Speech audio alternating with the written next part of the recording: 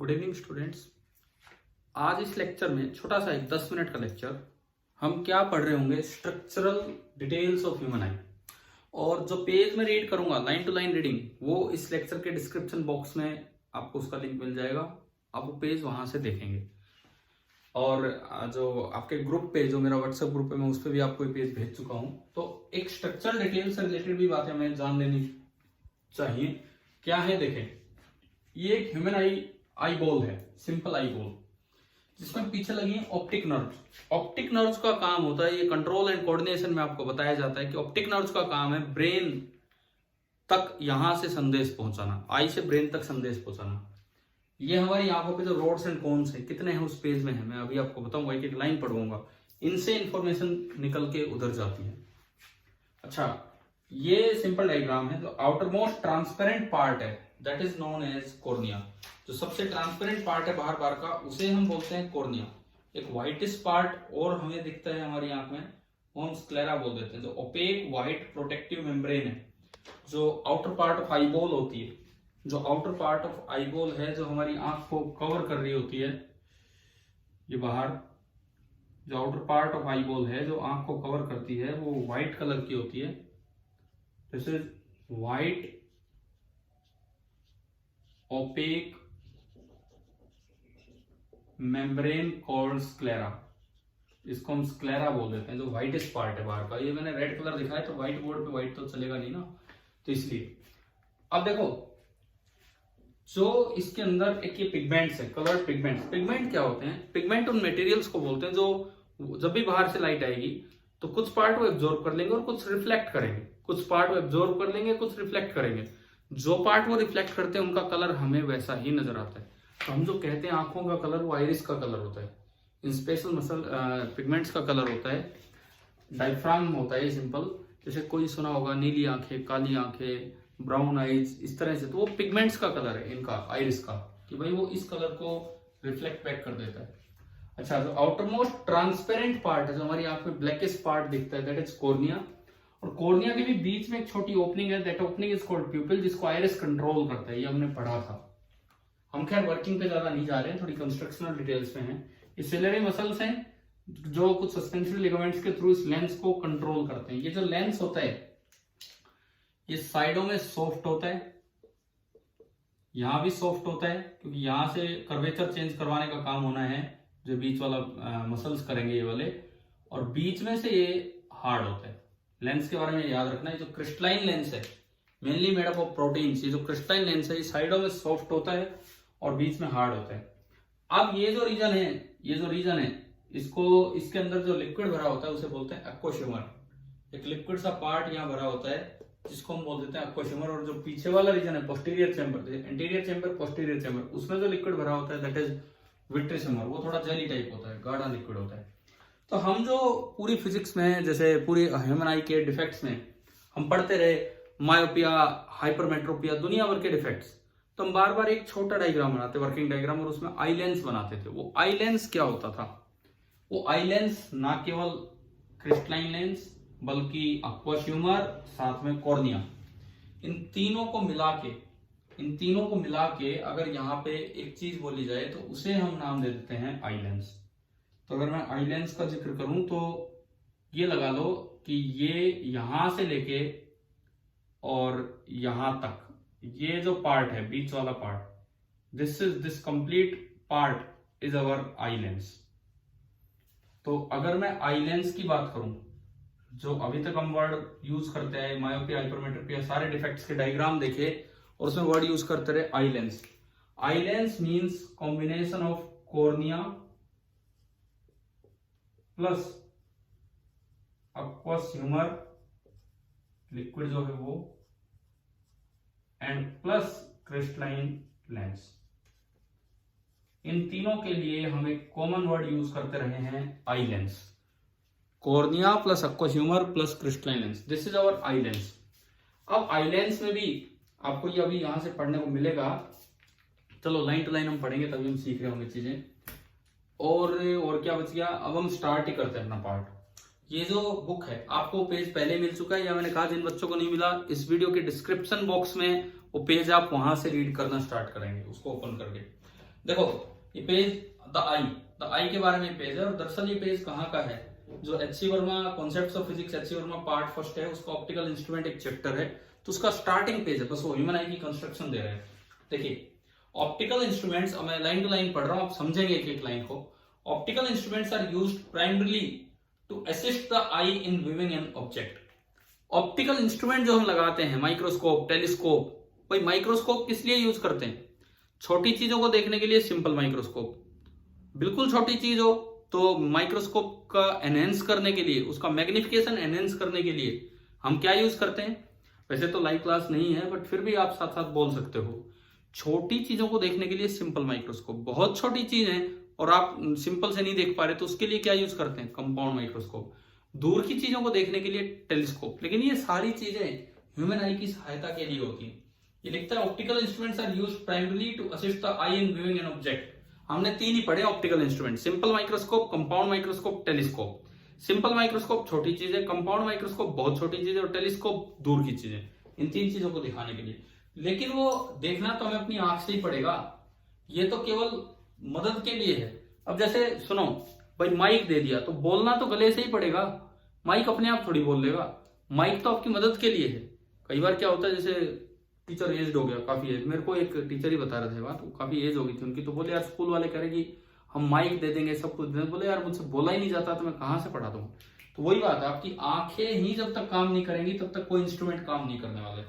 आगे देखिए, let us first discuss in brief the construction of human आई। जिस चीज के ऊपर ये लेक्चर है, तो हम कंस्ट्रक्शन ऑफ ह्यूमन आई पे चलेंगे, and the mechanism by which we see, और हम किस तरह से देखते हैं। The most common but most important experiment we do from the day we open our eyes. जिस दिन आप पैदा हुए होते हो, जिस दिन आप पैदा हुए हो, आपको बर्थडे आपका बिल्कुल याद होगा, बर्थ ईयर बिल्कुल याद होगा, जिस दिन आप पैदा हुए थे उस दिन जब पहली बार आपने आंख खोली तो पहला एक्सपेरिमेंट ये स्टार्ट हो गया था कि चीजों को देखना। मोस्ट कॉमन, हर एक आदमी ये करता है, most common experiment, most simple experiment. लेकिन ये होता कैसे है? ह्यूमन आई भी एक ऑप्टिकल इंस्ट्रूमेंट है, उसकी मदद से होता है। तो फिगर 19.1, ये चैप्टर 19 का फर्स्ट फिगर है इस बुक का। मैंने यहाँ थोड़ा बोर्ड पे बनाने की कोशिश की। ये जो फिगर है, it shows schematically the basic components of an eye. एक आई के अलग अलग कंपोनेंट्स ये दिखा रहा है। दो चैम्बर है, एक के अंदर बाहर वाले इस पार्ट के अंदर भरा है aqueous humor, this is called anterior chamber, this is called posterior chamber, जिसमें भरा होता है विट्रियस ह्यूमर। ये पतला लिक्विड होता है, ये गाढ़ा लिक्विड होता है। अच्छा, जो आउटर मोस्ट ट्रांसपेरेंट पार्ट है दैट इज कॉर्निया। जो बाहर का ओपेक पार्ट है, जो आई बॉल को कवर करने का काम करता है, जो हमारी आई बॉल को बचाने का काम करता है, जो व्हाइटिश पार्ट हमें दिखता है, this is called sclera, this is opaque part. और आई बॉल ये अब पढ़ेंगे इसके बारे में सब कुछ, यहां से देखते हैं। तो figure shows schematically the basic components of an eye. The eye has a nearly spherical shape of diameter about an inch. Nearly, देखो आगे आगे थोड़ा सा अलग हो गया है, लगभग स्फेरिकल शेप है, और जिसका डायमीटर, रेडियस नहीं डायमीटर है 1 इंच। 1 इंच में होता है 2.54 सेंटीमीटर, ये हमें याद रखना चाहिए। 1 इंच में 2.54 सेंटीमीटर होते हैं, तो लगभग 2.5 सेंटीमीटर के आसपास आई बॉल का साइज होता है। 25 सेंटीमीटर नहीं होता है, याद रखना ये चीज, 2.5 सेंटीमीटर है।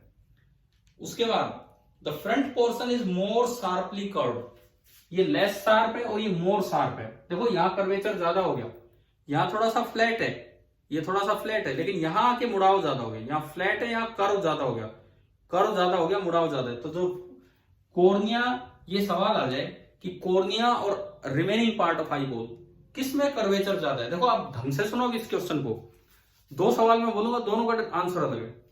Cornea and rest of the part of eye ball, किसका कर्वेचर ज्यादा है? आपका आंसर है कॉर्निया।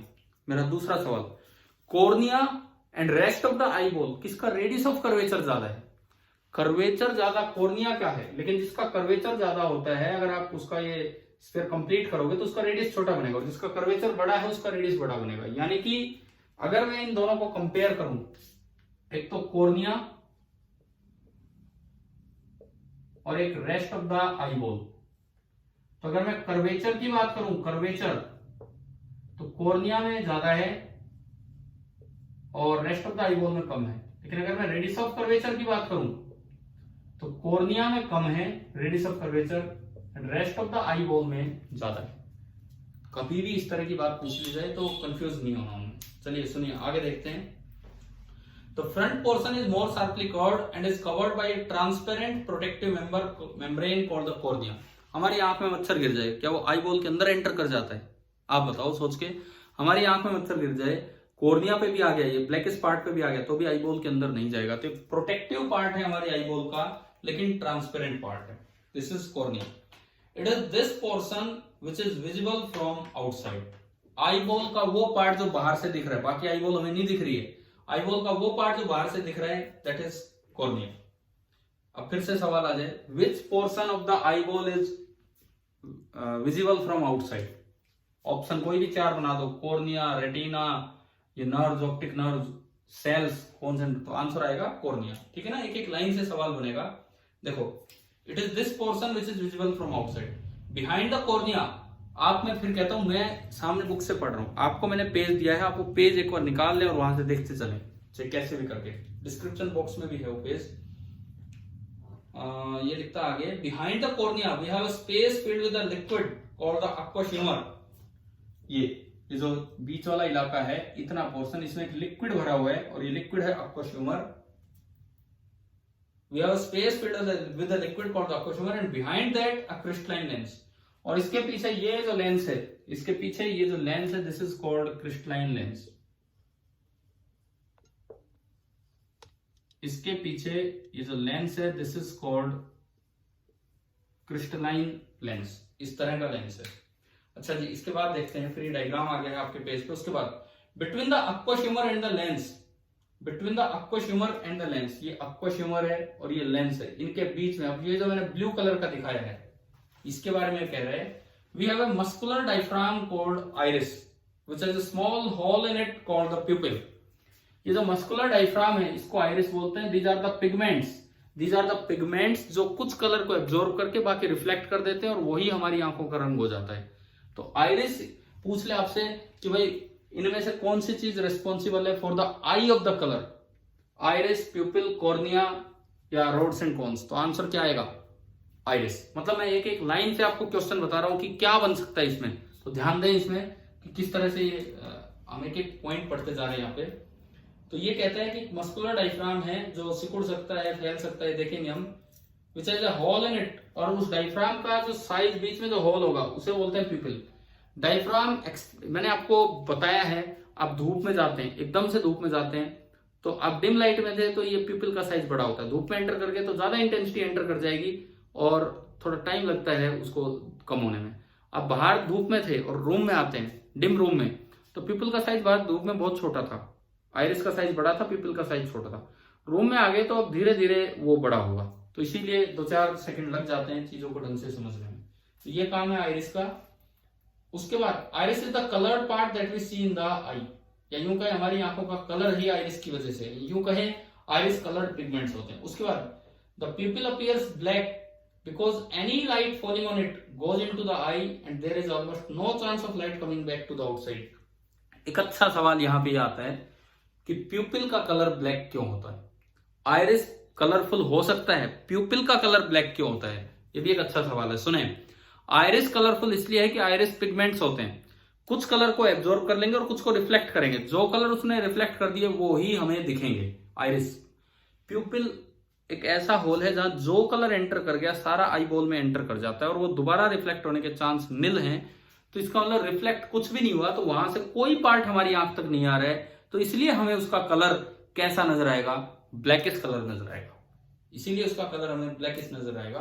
तो देखो ये एक एक लाइन टू लाइन, एक बड़ा अच्छा पेज था, इसलिए मैंने आपको दिया कि भाई एक लाइन टू लाइन आपके क्वेश्चन बन रहे हैं।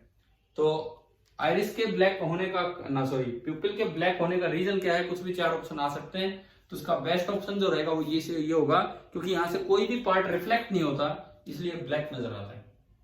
उसके बाद the amount of light entering the I may be controlled by wearing the aperture of the प्यूपिल with the help of the iris. ये मैं आपको पढ़ा चुका कि कितनी लाइट आंख के अंदर एंटर करवानी है, वो प्यूपिल का साइज जो कि आइरिस कंट्रोल करता है उससे कंट्रोल होती है। इन लो लाइट कंडीशन, आप डिम रूम में बैठे हैं तो आइरिस एक्सपेंड्स द प्यूपिल, आइरिस खुद सिकुड़ जाएगा और प्यूपिल को बड़ा कर देगा। क्यों? To allow more light to go in, ताकि ज्यादा लाइट अंदर है। इन गुड लाइट कंडीशंस, अगर आप धूप में चले गए, इट कॉन्ट्रैक्ट्स द प्यूपिल, खुद एक्सपेंड हो जाएगा, उसको कॉन्ट्रैक्ट कर देगा ताकि थोड़ी ही लाइट अंदर आए। शायद हम अपनी स्टार्टिंग क्लासेज में ये चीजें कवर कर चुके हैं। ठीक है, आगे देखिए, हम जस्ट कर क्या रहे हैं, ओनली ये लाइन टू लाइन आपको समझा रहा हूं। Next, the lens is hard in the middle and gradually become soft towards the outer as. ये बात भी याद रखनी है, इससे पहले मैंने नहीं बताई थी आपको, ध्यान से सुने। ये जो आई लेंस होता है ये बीच में हार्ड होता है, बीच में हार्ड होता है, और एंड्स की तरफ जाओगे तो धीरे धीरे सॉफ्ट होता चलेगा। बिकॉज एंड्स पे हार्ड हो गया तो फिर तो बात ही नहीं बनेगी, सिलरी मसल्स और ये सस्पेंडरी लिगामेंट काम ही नहीं कर पाएंगे, उसको दबा ही नहीं पाएंगे, तो इसलिए साइडों में से उसे सॉफ्ट होना पड़ता है।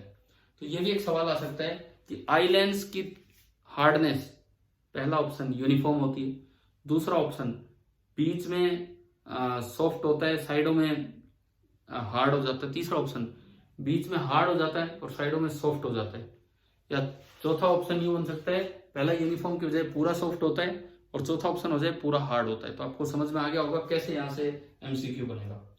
अच्छा, उसके बाद the curvature of the lens may be altered by the ciliary muscles to which it is attached. जिस मसल्स के साथ, ये जो मैंने ग्रीन कलर से यहां दिखाई है इस डायग्राम में, जिन मसल्स के साथ ये लेंस अटैच होता है कि वो मसल्स अल्टर करती हैं इसकी थिकनेस को। और हमने आपको पढ़ाया होगा जब ये इसको थिक कर देती हैं तो फोकल लेंथ कम हो जाती है, और जब ये इसको थिन रखती हैं तो फोकल लेंथ ज्यादा रहती है, ये आपको पढ़ा रखा है। और सिलरी मसल्स की भी एक लिमिट है कि हमारी बॉडी जैसे जैसे एज्ड होती है, बॉडी के सारे मसल्स कमजोर होते चलते हैं, तो ये सिलरी मसल्स भी कमजोर होते हैं, तो इनकी फंक्शनिंग वीक हो जाती है इस समय। आगे, द लाइट एंटरिंग द आई। अब देखो, जो लाइट एंटर करेगी आई में, forms an image on the retina which covers the inside of the rear part of the eye ball. ये कहता है जो भी लाइट आएगी रेटिना पे इमेज बनाएगी, और कहां बनेगी, रियर पार्ट, पिछला पार्ट, रियर मतलब पिछला पार्ट, पिछला पार्ट जो होगा आई बॉल का उस पे इमेज बनेगी। अब सामने से कैसा ही ऑब्जेक्ट रखा हो, इधर से रेज आई, तो हमने पढ़ा है कि रेटिना पे छोटी इमेज बनती है, ऑब्जेक्ट बड़ा होगा, आप मुझे दिख रहे हो, मैं आपको दिख रहा हूं, इतने बड़े ऑब्जेक्ट है, लेकिन हमारे रेटिना का साइज थोड़ा है इतना। रेटिना एक स्क्रीन की तरह काम कर रही है, स्क्रीन पे केवल रियल इमेज आती है, स्क्रीन पे कभी भी वर्चुअल इमेज नहीं आती है। तो रेटिना पे जो इमेज बनती है वो छोटी होती है, रियल होती है, और बाहर ऑब्जेक्ट रियल है, रियल ऑब्जेक्ट की रियल इमेज हमेशा इन्वर्टेड होती है। तो हमारे रेटिना पे real, inverted and small size image बनती है, परंतु आप ना तो मुझे छोटे दिखते हैं ना उल्टे दिखते हैं, आप तो सीधे दिखते हैं, या मैं आपको सीधा दिखता हूं, तो वो ठीक ठाक करने का काम ऑप्टिक नर्व्स के थ्रू ब्रेन अपने आप कर देता है। अभी हम पढ़ेंगे यहां से क्या है। आगे देखिए, the light entering the eye, ठीक है, लाइन होगी। उसके बाद the retina contains about 125 million receptors, 125 million receptors, 125 million, बहुत ही ज्यादा है, called rods and cones which receive the light signal, and about 1 million optic nerve fiber which transmit the information to the brain। इसने तो quantitative data हमें दिया है, इसने तो ऑलमोस्ट क्वांटिटेटिव डाटा कि जो रोड्स एंड कोन्स हैं, these are nearly 125 मिलियन। एक मिलियन का मतलब होता है 10 की पावर 6, ये आप याद रखना, million 10 power 6, billion billion 10 power 9, trillion 10 power 12। Million होता है 10 पावर 6, बिलियन होता है 10 पावर 9, एंड ट्रिलियन होता है 10 पावर 12। तो हमारी आंखों में इतने, लगभग इतने रोड एंड कोन्स मिलके सेल है, और ये जो ऑप्टिक नर्व जा रही है ब्रेन तक, ये भी 1 मिलियन है। 1 मिलियन मतलब 10 पावर 6, 10 पावर 6 नर्व फाइबर्स हमारे ब्रेन तक जा रहे होते हैं, जो यहां से संदेशा पहुंचाने का काम करते हैं। अच्छा, रोड्स एंड कोन्स के बारे में मैं आपको एक इंफॉर्मेशन पहले दे चुका था स्टार्टिंग में, जब अपनी जो पहले क्लासेज हुई हैं। रोड्स का काम है इंटेंसिटी पता करना, कोन्स का काम है कलर पता करना। हमारी आंखों में रोड्स ज्यादा होते हैं, कोन्स कम होते हैं। हमारी आंखों में रोड्स ज्यादा होते हैं और कोन्स कम होते हैं। अब आज एक बच्चे ने यार एक क्वेश्चन भेजा कि कोन्स कलर कैसे पता करते हैं। एक अच्छा सा सवाल था वैसे स्टूडेंट का कि कोन्स जो हैं वो कलर्स कैसे पता करते हैं। मैंने जवाब लिखा कि भाई मुझे नहीं पता। मैंने उनको यही रिप्लाई दिया। कारण देखो, ये कहीं ना कहीं बायोलॉजिकल पार्ट चला जाता है कि सेल की फंक्शनिंग, एक सेल कैसे काम करता है वो हम यहां नहीं पढ़ सकते, ना मुझे ज्ञान है। और आप बायो पढ़ें अगर, तो उसमें शायद आपको पढ़ने को मिले कि एक रोड सेल, कोन सेल, तो कोन सेल कैसे कलर, डिफरेंट कलर्स को कैसे डिस्टिंग्विश करता है कोन सेल, वो आप पढ़ेंगे बायोलॉजी में, अगर आपको कहीं ह्यूमन आई पढ़ने को मिलेगा। अब फिर उसमें था कि कलर ब्लाइंडनेस होती है तो क्या होती है। कलर ब्लाइंडनेस का यही मतलब है कि आप कलर्स को नहीं पहचान पा रहे, तो मतलब रोड में दिक्कत नहीं है, दिक्कत वहां पे किस में है, कोन्स में। कलर ब्लाइंडनेस है तो आपके कोन सेल्स में प्रॉब्लम है, ठीक है ना। चलिए अभी थोड़ा पढ़ते हैं यहां से। और ये information 1 million optic nerve fibres के थ्रू ब्रेन तक जाती है, थ्रू करंट, माइक्रो एम्पियर का करंट फ्लो करता है। ये कंट्रोल एंड कोऑर्डिनेशन वाले चैप्टर में आप पढ़ लेंगे। The space between the lens and the retina is filled with another liquid called vitreous humour. ये थोड़ा गाढ़ा लिक्विड होता है उसके मुकाबले, और इसको बोलते हैं विट्रियस ह्यूमर। लेंस और रेटिना के बीच का जो पार्ट है ये आपका होता है विट्रियस ह्यूमर। ये मैंने जो वैसे रेड कलर बनाया था ये बताया था कि आई lens, cornea, aqueous humour, crystalline lens. अब इसके बारे में मैं एक पॉइंट यहाँ पे बताऊंगा, इसी में आएगा, इसी में हम पढ़ते हैं आगे। चलिए next, the aqueous humour and the vitreous humour.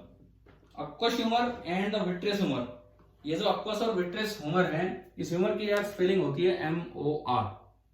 मैंने यहाँ पे ये लिखा हुआ है, ये जो ह्यूमर है, हाँ MOR। ये जो एक्वस और विट्रियस ह्यूमर है, आपके डायग्राम में गलत दिया है, आपके इस पेज पे जो डायग्राम में जो एक्वस ह्यूमर लिखा है उसकी स्पेलिंग शायद गलत लिखी है, विट्रियस ह्यूमर की सही है। तो सुनिए, aqueous and vitreous humour have almost same refractive index 1.336।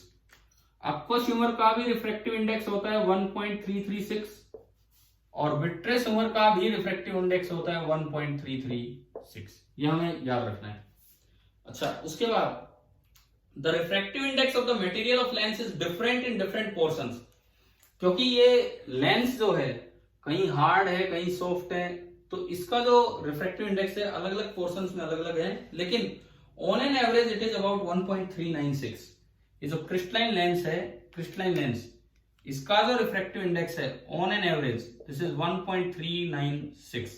ऊपर कुछ होगा, बीच में कुछ होगा, लेकिन ऑन एन एवरेज ही होता है। अब सवाल आ जाए कि जो हमारा क्रिस्टलाइन लेंस होता है आंख में, वो कन्वर्जिंग की तरह बिहेव करता है कि डाइवर्जिंग की तरह। तो आपको एक बात याद रखनी है, ये हम लेंसेज में पढ़ते हैं, अगर कॉन्वेक्स लेंस है और उसका रिफ्रैक्टिव इंडेक्स सराउंडिंग के रिफ्रैक्टिव इंडेक्स से ज्यादा है, जैसे एयर से ग्लास का ज्यादा होता है, कॉन्वेक्स लेंस है और उसका रिफ्रैक्टिव इंडेक्स सराउंडिंग के रिफ्रैक्टिव इंडेक्स से ज्यादा है, तो ये कन्वर्जिंग की तरह काम करेगा।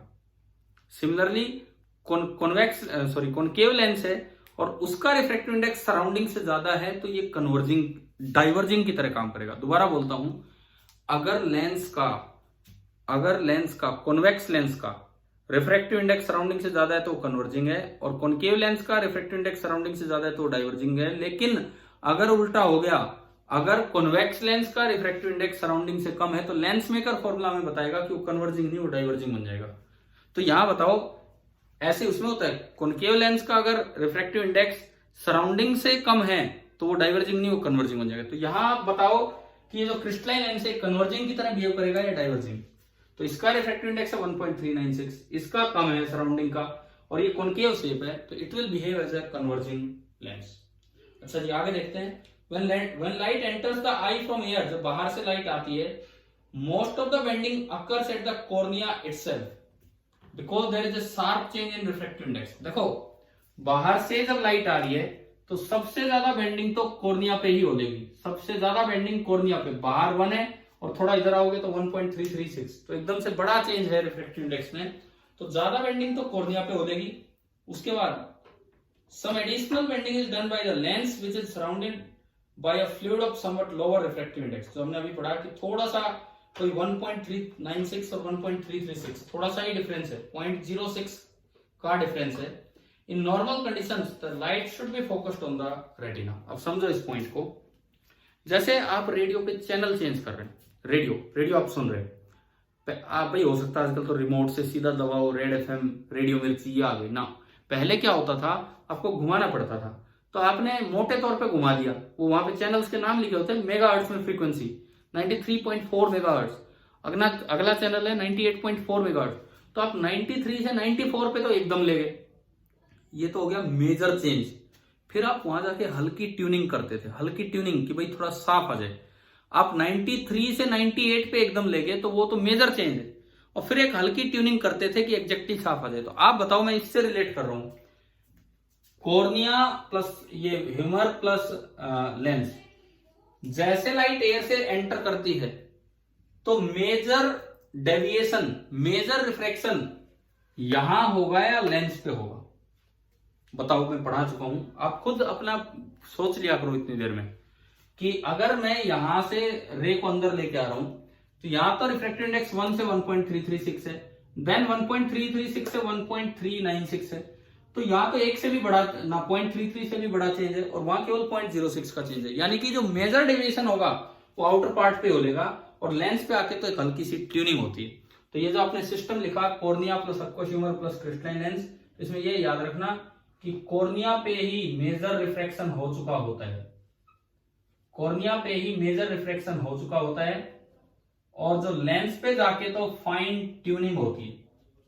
मैं कुछ नाम लिख रहा हूं, आपको समझ में आने चाहिए। कॉर्निया पे ही मेजर रिफ्रैक्शन हो चुका होता है, क्योंकि आमतौर पे बच्चा दिमाग में रखता है आई लेंस का मतलब क्रिस्टलाइन लेंस, ना, आई लेंस का मतलब है cornea plus aqueous humour plus crystalline lens. जो मेजर रिफ्रैक्शन होगा, मेजर डेविएशन बाहर से आने वाली रे का, वो तो करवा देगा कॉर्निया से जैसे एंट्री होगी तभी। बस हल्की सी कमी रहती कि रेटिना से थोड़ा आगे थोड़ा पीछे बचेगा वो, तो उतना सा परफेक्ट रेटिना पे लाने का काम फिर कौन करेगा? लेंस। यानी कि मेजर रिफ्रैक्शन करवाता है कॉर्निया का आउटर पार्ट, जैसी लाइट एंटर करती है। फाइन ट्यूनिंग करवाने का काम करता है जब रे एक्वस ह्यूमर से और लेंस में एंटर करती है, तब लेंस करवाता है फाइन ट्यूनिंग। ये लिखा है, मैं दोबारा पढ़ देता हूं यहां से। When light enters the eye from air, most of the bending occurs at the cornea itself because there is a sharp change in refractive index. ज्यादा बेंडिंग तो कॉर्निया पे ही होगी। Some additional bending, जिसको मैंने फाइन ट्यूनिंग का नाम दिया, that is done by the lens, जिसके दोनों साइड लिक्विड है। ठीक है भाई, ये पॉइंट आ गया होगा समझ में। उससे आगे लिखता है the cornea lens fluid system is equivalent to a single converging lens whose focal length may be adjusted by ciliary muscles. ये कहता है ciliary muscles एडजस्ट इसको कर रहे हैं, परंतु वो इस तरह एडजस्ट करते हैं कि इन तीनों की, तीनों कौन कौन, कॉर्निया, एक्वस ह्यूमर और क्रिस्टलाइन लेंस, इन तीनों की फोकल लेंथ इसके एडजस्टमेंट से ऐसी चेंज होती है कि हर बार इमेज 1 इंच पे जाके बने, मतलब रेटिना पे जाके बने। तो सिलरी लेंस का काम, कर्वेचर तो खाली इसका चेंज करना है, पर इस सिस्टम की फोकल लेंथ को चेंज करवाना है। ये है। Now onwards we shall use the word eye lens to mean this equivalent lens. अब आई लेंस अगर हम कभी बोलेंगे तो वो क्रिस्टलाइन लेंस नहीं होगा, ये बात याद रखना।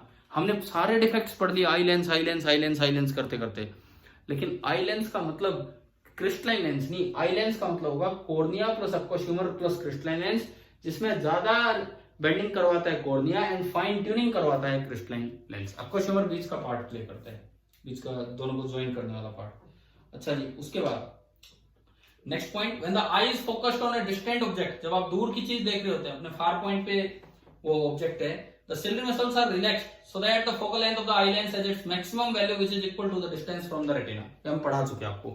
जब इन्फिनिटी पे ऑब्जेक्ट होगा, फार पॉइंट पे होगा, तो ये मसल्स रिलैक्स्ड होंगे, लेंस थिन होगा, उसकी फोकल लेंथ मैक्सिमम होगी नियरली 1 इंच। 1 इंच मतलब नियरली 2.5 सेंटीमीटर, ताकि रेंज जाके फोकस पे मिल जाए और फोकस उसके रेटिना पे। ठीक है, क्लियर है ये चीज। उसके बाद the parallel rays coming into the eye are then focused on the retina and we see the object clearly, और हम ऑब्जेक्ट को देख पाते हैं। उसके बाद देखिए आगे, when the eye is focused on a closer object, लेकिन जब आप पास वाले चीज को देखते हैं, the ciliary muscles are strained, वो थोड़ा टेंशन में आ जाते हैं, and the focal length of the eye lens decreases, वो क्या करते हैं कि लेंस को थोड़ा दबा देते हैं, और जिससे focal length of the eye lens decrease कर जाती है। the ciliary muscles adjust the focal length in such a way, जो सिलरी मसल्स होते हैं वो फोकल लेंथ को इस तरह एडजस्ट करते हैं कि इमेज अब भी कहां बनेगी, रेटिना पे, and we see the object clearly. अगर ऑब्जेक्ट पास होगा तो वो फोकल लेंथ को कम कर देते हैं ताकि वी उतना ही आए 1 इंच के आसपास और इमेज रेटिना पे बने। This process of adjusting focal length is called accommodation. ये हमने पढ़ाया था आपको, ये अकोमोडेशन होता है, और मैंने पावर ऑफ अकोमोडेशन भी कैलकुलेट करवाया था। 40 डायोप्टर से 44 डायोप्टर, तो नॉर्मल का 4 डायोप्टर का पावर ऑफ अकोमोडेशन था। ठीक है, उसके बाद however the muscles cannot be strained beyond a limit, बहुत ज्यादा मसल स्ट्रेन नहीं हो पाएंगे, and hence if the object is brought too close to the eye, अगर आप ऑब्जेक्ट को बहुत पास ले आए तो focal length cannot be adjusted to form the image on the retina, और अगर आप नियर पॉइंट से भी पास ले आए तो अब इतनी एडजस्टमेंट नहीं दे सकता आपको सिलरी मसल्स की इमेज रेटिना पे बने। Thus there is a minimum distance for the clear vision of an object, और उसको हम नाम दिया करते थे least distance of distinct vision, जो नॉर्मल आई के लिए 25 सेंटीमीटर के आसपास हुआ करती है। तो मुझे लगता है कि शायद आपको कंस्ट्रक्शनल डिटेल या स्ट्रक्चरल डिटेल्स ऑफ आई में जो बातें मैंने बताई, मैंने बोला शुरू में 10 मिनट लगेगा, लेकिन आधा घंटा लग गया, कोई बात नहीं। एक एक पॉइंट याद हो जाना चाहिए, एक एक पॉइंट, रोड्स कॉन्स शेप के अकॉर्डिंग नाम, ये इंटेंसिटी या स्ट्रक्चरल पता लगाता है, सामने वाले ऑब्जेक्ट का ये कलर का पता लगाता है। ये हमारी आंखों में ज्यादा है, ये कम है, दोनों मिलकर नियरली 125 × 10⁶ है, 125 मिलियन। ऑप्टिक फर्ब जो ऑप्टिक नर्व फाइबर जो जा रहे होते हैं हमारी आंखों में नियरली 1 मिलियन 10⁶। रिफ्रैक्टिव इंडेक्स आपको बताया, इसका क्रिस्टलाइन लेंस का 1.396 और दोनों साइड जो लिक्विड है उसका 1.336, इससे कन्वर्जिंग का काम करता है। आई लेंस क्या होता है, पूरा कॉम्बिनेशन होता है, cornea plus aqueous humour plus the crystalline lens. Major bending, major reflection हो जाता है कॉर्निया पे ही जब एंटर होता है, और फाइन ट्यूनिंग करने का काम करता है ये लेंस। उसके बाद white opaque part, outside part होता है सेलरा, जो आंख की कलर होते हैं वो आइरिस की वजह से होता है। प्यूपिल ब्लैक क्यों दिखता है, क्योंकि वहां से कोई कलर रिफ्लेक्ट नहीं होता है। तो मुझे लगता है कि शायद आपको स्ट्रक्चरल डिटेल्स समझ में आ गई हैं।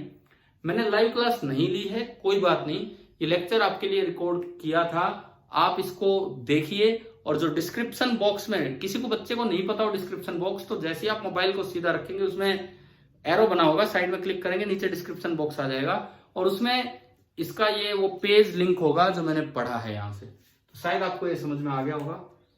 आगे हम और चीजें पढ़ते रहेंगे, लेकिन तब तक आप ह्यूमन आई को कवर कीजिए। Thank you.